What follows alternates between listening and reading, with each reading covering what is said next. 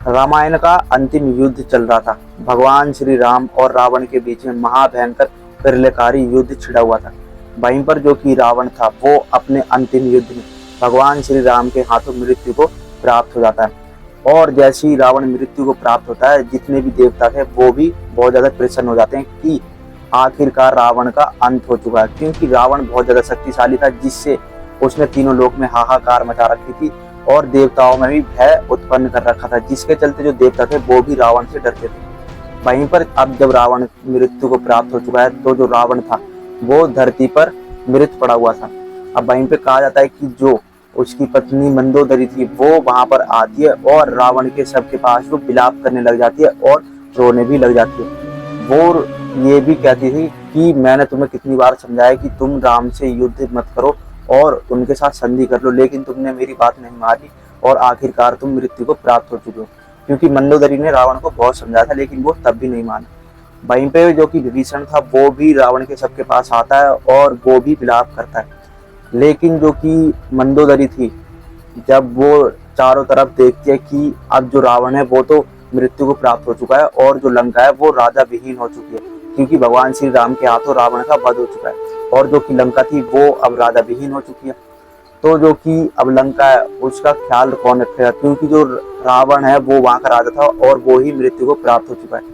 वहीं पर जो कि विभीषण है वो भी अपने भाई की मृत्यु को विलाप कर रहा था, जिसके चलते कहा जाता है कि जो भगवान श्री राम है उनको कहते हैं कि पहले तो तुम अपने भाई का अंतिम संस्कार करो, वो भी विधि पूर्वक।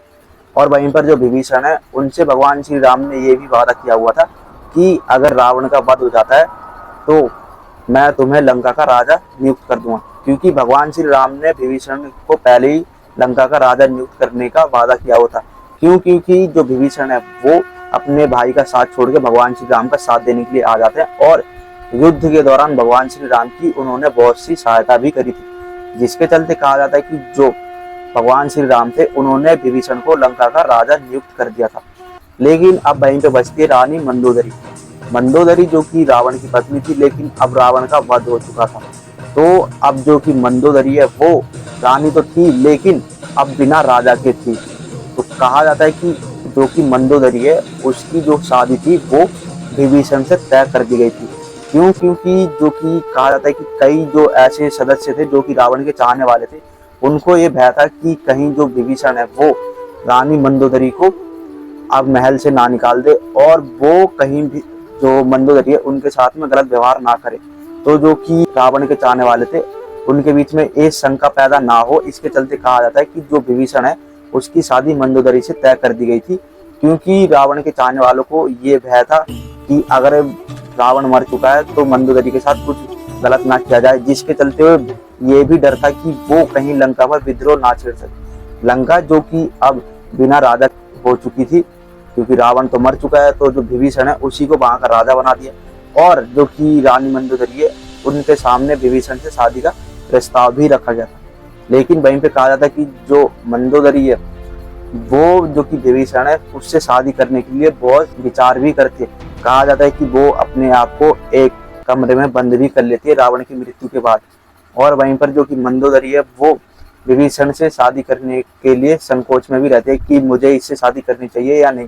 वो अपने आप को एक कमरे में कई दिनों के लिए बंद कर लेती है। वहीं पर जो कि मंदोदरी थी उसको फिर बाद में ये विचार आता है कि जो लंका है उसके प्रवासियों के लिए और उसके हित के लिए मुझे विभीषण से शादी कर लेनी चाहिए, जिसके चलते कहा जाता है कि जो मंदोदरी है उसने जो कि विभीषण है अपने देवर से ही शादी कर ली थी लंका के परिजनों के हित के लिए। लेकिन कहा जाता है कि उसको रावण के विचार और उसकी यादों ने भी परेशान किया हुआ था, क्योंकि जो कि रावण है वो उसका पहला पति था जो कि लंका में आई थी जब वो, और रावण ही उससे विवाह करके लाया था। इसके चलते जो कि मंदोदरी थी उसने विभीषण से पहले इसी वजह से शादी नहीं करी थी, क्योंकि जो कि रावण है उसकी याद तो और जो कि उसके विचार उसको याद आ रहे थे। और जो कि मंदोदरी है उसने इसी वजह से पहले विभीषण से शादी नहीं करी। लेकिन जब बाद में जो कि लंका के हित के लिए और लंका की प्रजा के लिए जो विभीषण है उससे उन्होंने शादी कर ली। और कहा जाता है कि इस प्रस्ताव को भी भगवान श्री राम ने ही उनके आगे रखा था कि तुम अब विभीषण से शादी कर लो। विभीषण जो कि रावण की मृत्यु के बाद लंका के राजा बन जाते हैं और जो रानी मंदोदरी थी वो उनकी पत्नी बन जाती है। तो यही वजह थी कि जो मंदोदरी थी उसने रावण की मृत्यु के बाद जो कि विभीषण थे, जो लंका के राजा बन चुके थे, उनसे शादी कर ली थी, ताकि प्रजा के लिए सोचा जा सके और प्रजा के हित के लिए कार्य भी किया जा सके। मंदोदरी ने विभीषण से शादी कर ली और जो कि विभीषण थे वो जो कि लंका के राजा बन चुके थे रावण की मृत्यु के पश्चात। विभीषण ने भी बहुत समझाया था रावण को, लेकिन जो रावण है उसने उसको लात मार के भगा दिया था। इसके चलते जो विभीषण है वो भगवान श्री राम की शरण में पहुंच जाते हैं और भगवान श्री राम की वो सहायता भी कर देते हैं, जिसके बाद ही जो रावण है उसका अंत हुआ था।